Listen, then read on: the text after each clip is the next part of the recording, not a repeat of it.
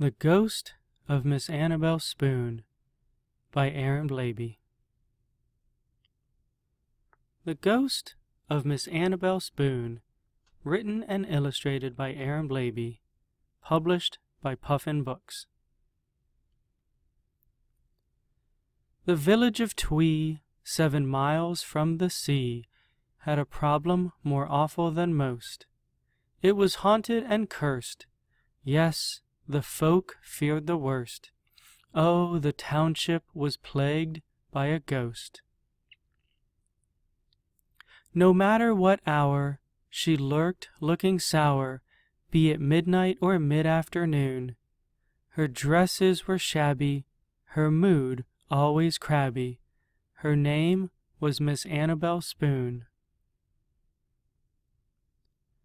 Oh, the horror, the panic! The townsfolk were manic.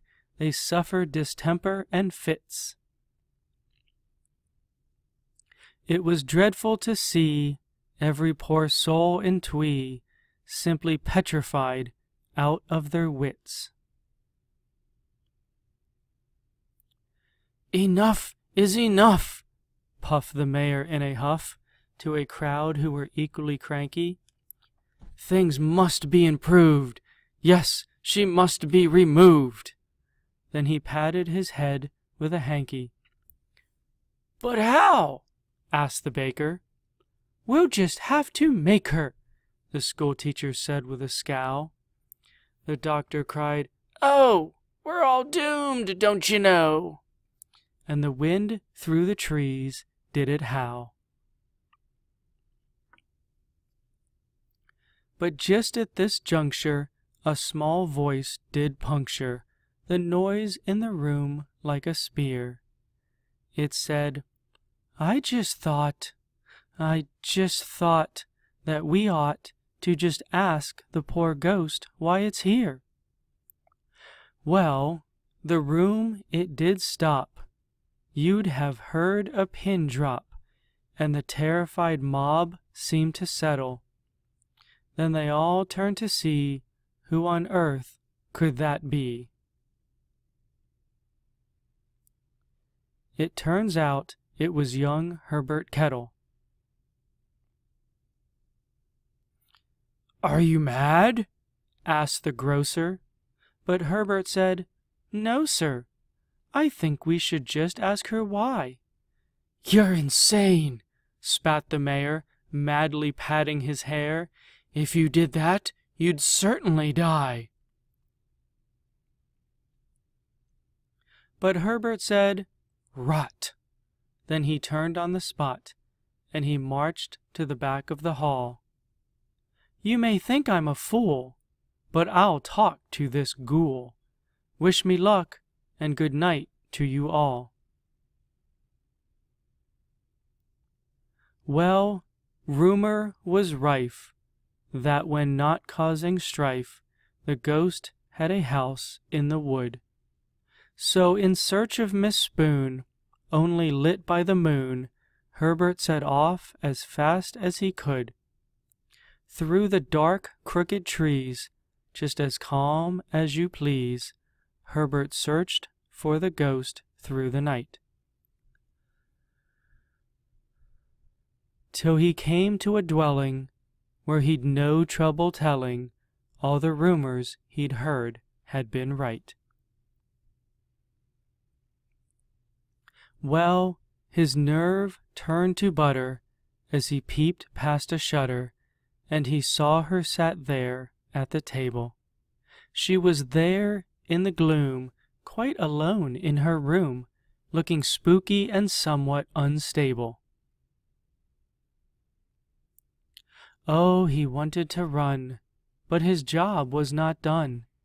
"You'll regret this, you dimwit," he swore. But although scared to death, Herbert held tight his breath, and he opened Miss Annabel's door. Oh, he shook like a leaf, but to Herbert's relief, what he saw took away all his fears. Yes, to Herbert's surprise, from Miss Annabel's eyes came the sudden appearance of tears. "I'm so glad you're here," said the ghost, drawing near, "and I do hope you'll stay for some tea. I could make you some toast, maybe whip up a roast. Oh, I'm raving, just listen to me. Would you care for a scone?" The ghost, she went on. "I'd have baked some if only I'd known." Then she fell in a heap, and she started to weep. "I'm so tired of being alone." Well, it broke Herbert's heart when the ghost did impart, "All I want in the world is a friend, but when I go out, people run, scream, and shout. I'll be lonely, I'm sure, till the end." Oh, she wept and she wept, for such sadness she'd kept deep inside her for such a long time. And with that Herbert knew what a good lad should do. In the distance a church bell did chime.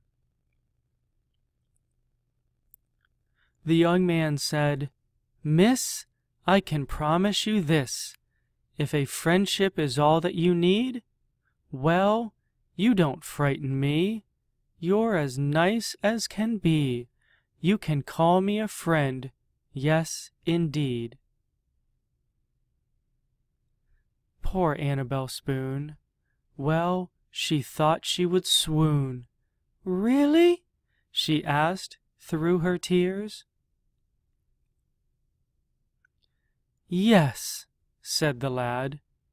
"That's the best news I've had," said the ghost, "for the last 100 years." And that's how it ended. The ghost's heart was mended, for friendship was all that she craved. Her sadness diminished, the haunting was finished, the town had been properly saved. So, if you're in Twee, 7 miles from the sea, and you visit a tea-room at noon, don't be unnerved if a table's reserved for the ghost of Miss Annabel Spoon.